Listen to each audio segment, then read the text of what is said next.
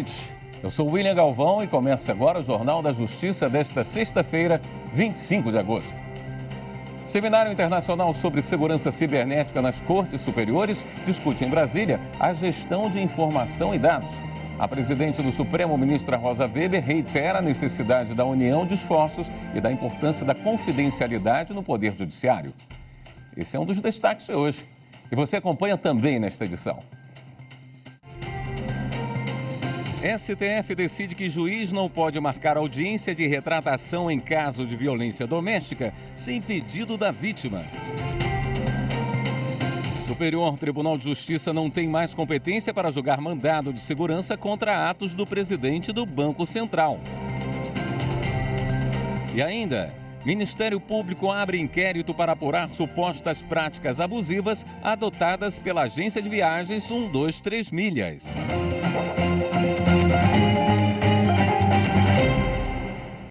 O Supremo decidiu que o juiz não pode, sem pedido da vítima, marcar audiência para que ela desista de processar o agressor nos crimes de violência contra a mulher em que a ação penal seja condicionada à sua manifestação. A Associação Nacional dos Membros do Ministério Público questionava a interpretação do dispositivo que tem levado magistrados a designar a audiência por conta própria sem a manifestação da vítima. Segundo a entidade, o não comparecimento tem sido interpretado como renúncia tácita, com o arquivamento do processo. Para o relator da ação, ministro Edson Fachin, a obrigatoriedade da audiência sem manifestação nesse sentido viola o direito à igualdade, porque discrimina injustamente a vítima. Ele explicou que a função da audiência perante o juiz não é apenas avaliar um requisito procedimental, mas permitir que a mulher possa livremente expressar sua vontade. A decisão foi unânime. E também em sessão virtual, os ministros do Supremo decidem se vão referendar a decisão liminar do ministro Gilmar Mendes, que validou a exigência de chamamento público para autorização de novos cursos de medicina. A regra está prevista no programa Mais Médicos. Marta Ferreira tem mais detalhes. Criado em 2013, o programa Mais Médicos tem como objetivo levar médicos para regiões onde há escassez ou ausência desses profissionais. O programa prevê a reorganização da oferta de novas vagas de graduação e residência médica para qualificar a formação desses profissionais. Um dos artigos da lei que criou o programa Mais Médicos estabelece que a autorização para o funcionamento de cursos de medicina em instituições de ensino superior privadas deve ser precedida de um chamamento público, que é uma seleção. Esse chamamento permite que o governo federal avalie em quais regiões há demanda de profissionais e a necessidade de oferta de vagas no ensino. O Ministério da Educação é o responsável por pré-selecionar os municípios que terão autorização de funcionamento de cursos e estabelecer os critérios mínimos para a concessão da licença.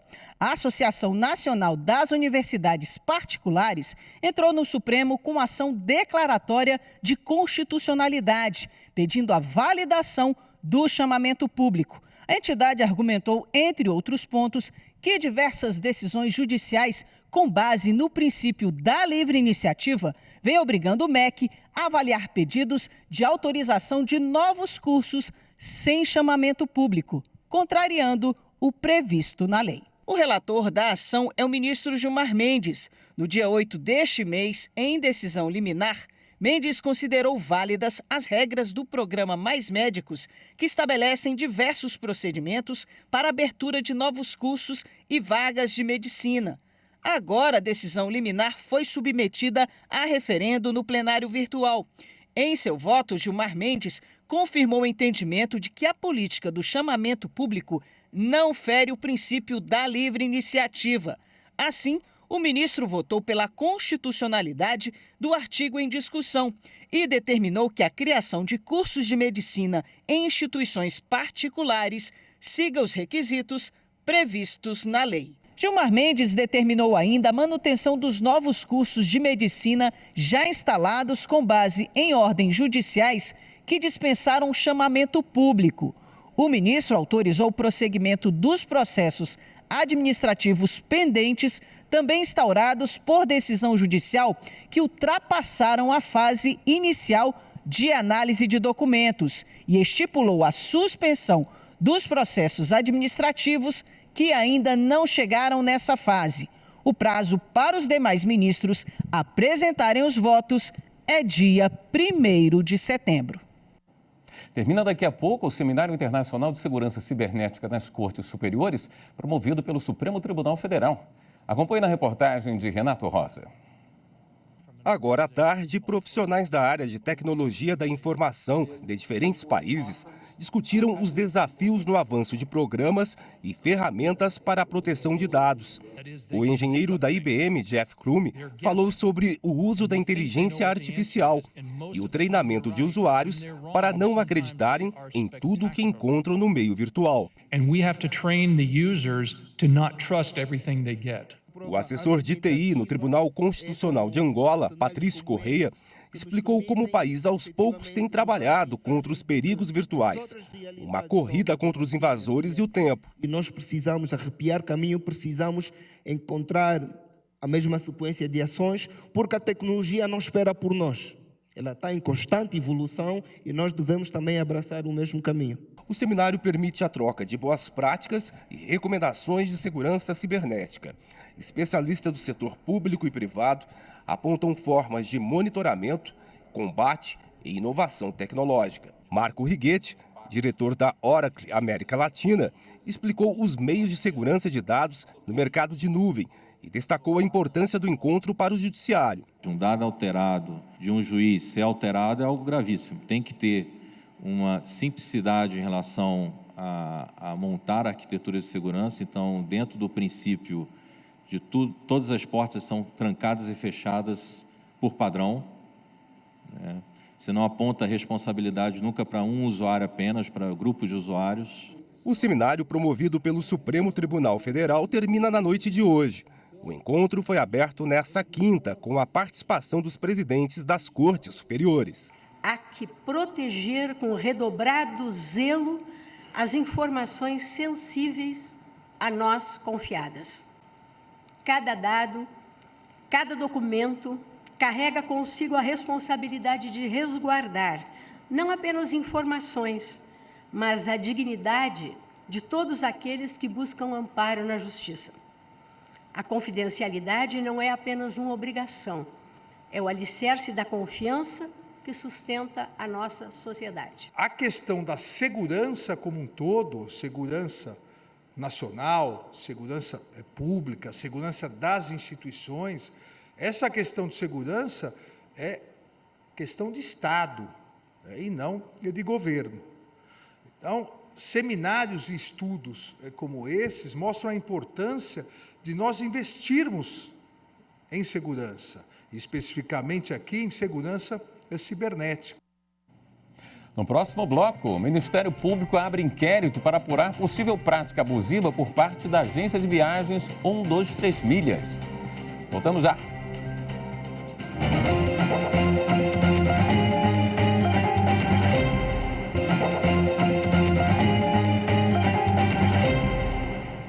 O Ministério Público Federal em São Paulo instaurou um inquérito civil para apurar se houve prática abusiva da agência de viagens 123 Milhas. As informações com a repórter Viviane Novaes. O inquérito foi aberto depois que o PROCON e o site Reclame Aqui receberam mais de 15 mil reclamações sobre cancelamento de viagens e reembolso de passagens. Há uma semana, a 123 Milhas anunciou a suspensão temporária de pacotes com datas flexíveis e a emissão de passagens promocionais que tinham previsão de embarque entre setembro e dezembro deste ano. A plataforma também informou que o reembolso seria feito apenas por meio de voucher. A portaria do inquérito civil ressalta que é prática abusiva exigir do consumidor vantagem manifestamente excessiva, segundo o Código de Defesa do Consumidor.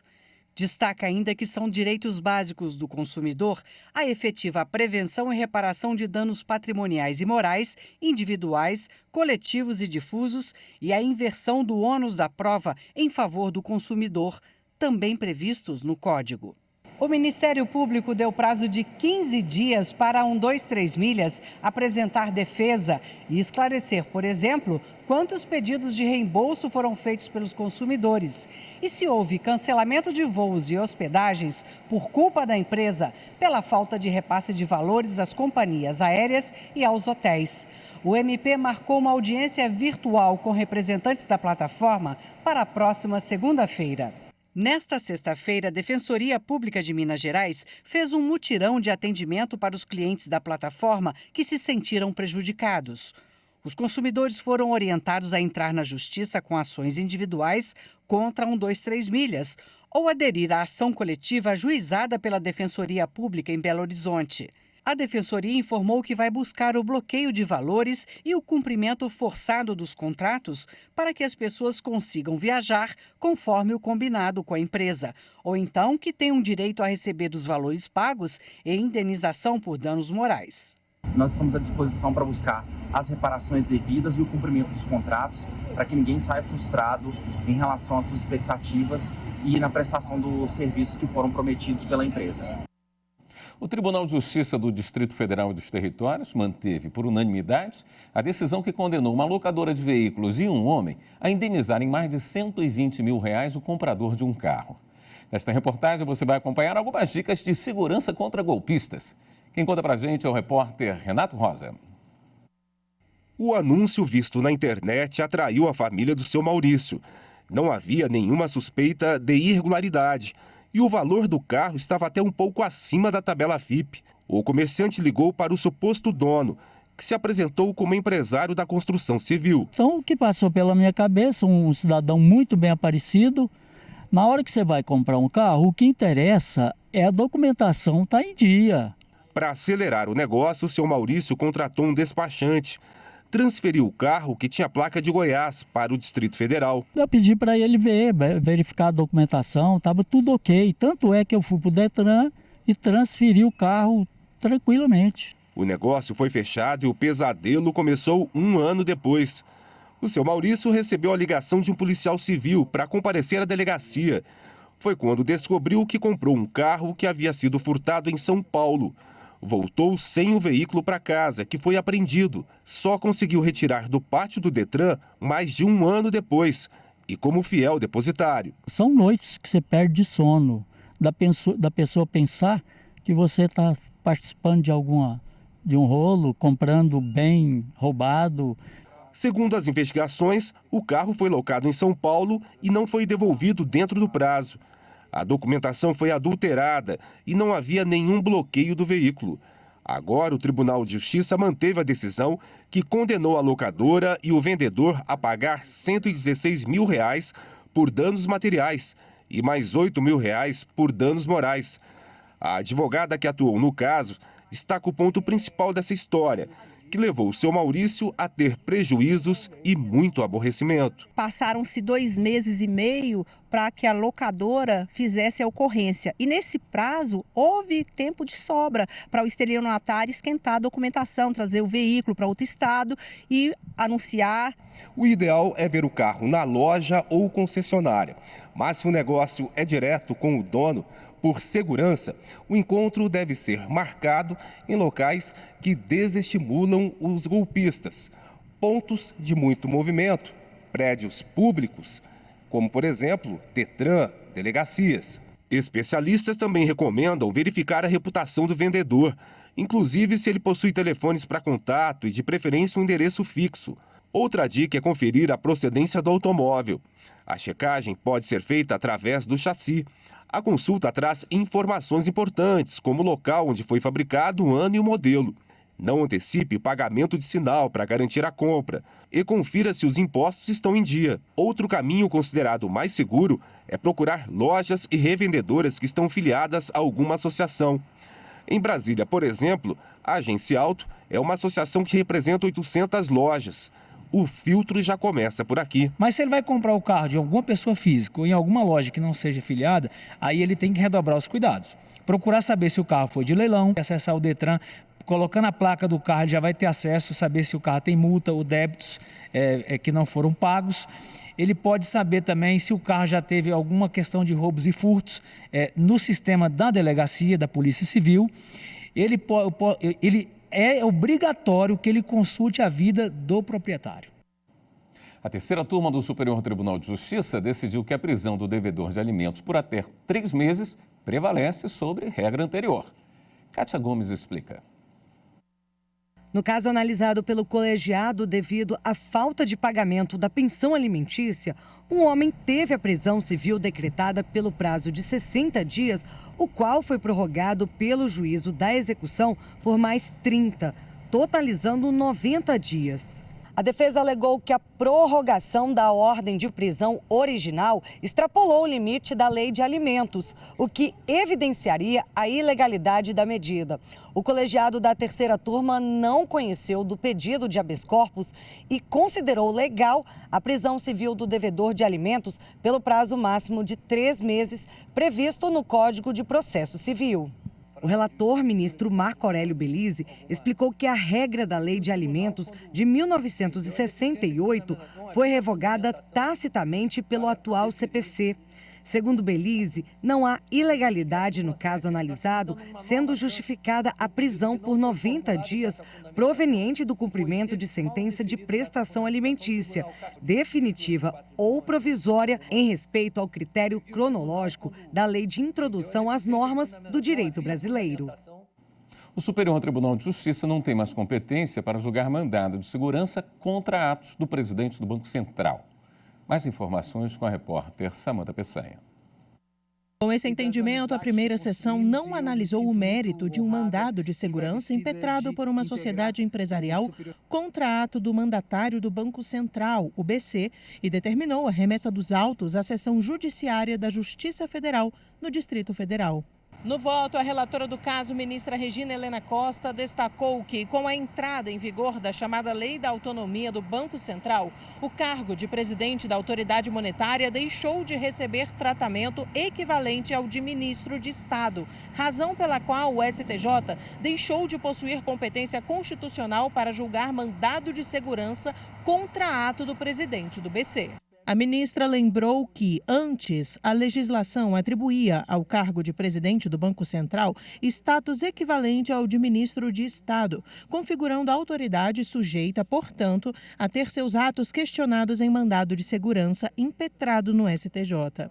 A relatora também ressaltou que, segundo a jurisprudência das seções do STJ, as regras definidoras da competência originária da Corte representam um rol taxativo, alcançando apenas as autoridades estritamente listadas na Constituição Federal.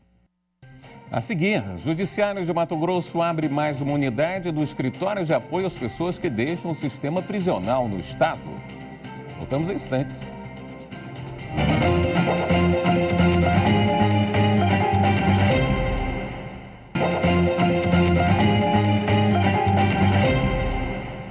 Em Alagoas, o Judiciário levou o programa Justiça Itinerante para Marechal Deodoro durante as comemorações dos 432 anos da cidade.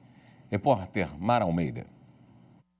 Nesta escola, localizada no povoado Pedras, diversos serviços foram ofertados. Serviços na área de documentação, o CPF, a carteira de identidade, a emissão das segundas vias para quem precisa das certidões de nascimento, casamento, a carteira de trabalho, casamento coletivo e também a questão da resolução dos processos, mais simples, o divórcio consensual, as ações de retificação de registro, alvarás judiciais até 5 salários mínimos. A Giselma veio tirar a segunda via da identidade. Segundo ela, o documento já estava velho e desatualizado. Consegui fazer mais nada com ela, eu tive que trocar. Aproveitei essa oportunidade, maravilhosa, estou aqui hoje trocando. Já a Patrícia aproveitou a ação para tirar a segunda via da carteira de trabalho. Já tentei por várias vezes agendar e não consigo. Como teve essa oportunidade, o prefeito disponibilizou para todo mundo, eu vim fazer. Ainda na mesma manhã, o Judiciário realizou a entrega de 104 títulos de propriedades por meio do Moradia Legal. Segundo o coordenador, esta foi a primeira entrega de documentos da 6ª fase do programa. É um momento de emancipação não só do município, mas de mais de 104 famílias beneficiadas, aproximadamente 500 pessoas, com o Moradia Legal, a entrega dos títulos devidamente registrados de forma gratuita, o que proporciona segurança jurídica, a valorização desses imóveis, a possibilidade de obtenção de créditos para reforma ou para ampliação do imóvel, para um pequeno negócio também. Então é algo extraordinário. Há 4 anos, a Mônica adquiriu a casa com a ajuda do pai. Durante todo esse tempo, ela viveu com medo de perder o imóvel que não tinha registro. Hoje, com o documento em mãos, a sensação de alívio se mistura com a felicidade. Está no nosso nome, ninguém toma. E também vai passando, né? Está no meu nome, se eu tiver um filho, já vai para o meu filho. Ele também não fica desabrigado.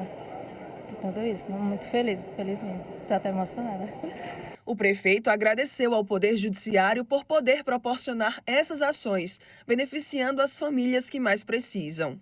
É um dia muito importante, é um agradecimento aqui realmente ao Tribunal de Justiça, à Toda a Justiça Alagoana, por poder proporcionar no aniversário da cidade umas ações como essa. Isso mostra que são ações que realmente aproximam e diminuem a distância da justiça para com a sociedade. O presidente Fernando Tourinho destacou que a realização dos 2 programas em Marechal Deodoro é a prova de que o Judiciário alagoano quer cada vez mais andar de mãos dadas com a população. Nós estamos muito felizes do Judiciário. Num dia antes, quando o Marechal vai completar 432 anos de existência, nós estamos aqui oferecendo esses 2 programas, Justiça Itinerância e Moradia Legal. 2 grandes programas de alcance social. 2 programas que se aproximam muito da sociedade e penso que essa é a meta do Judiciário, se aproximar mais da sociedade.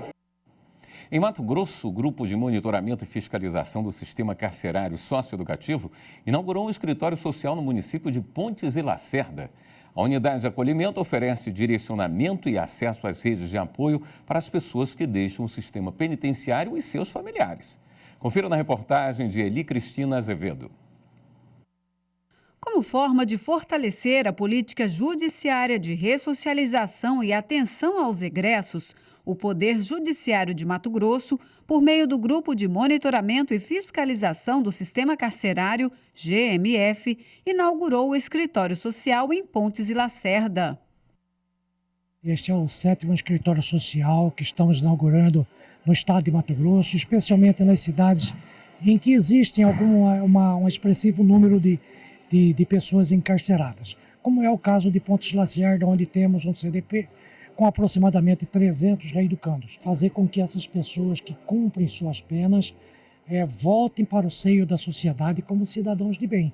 Então nós temos que prepará-los para esse convívio social.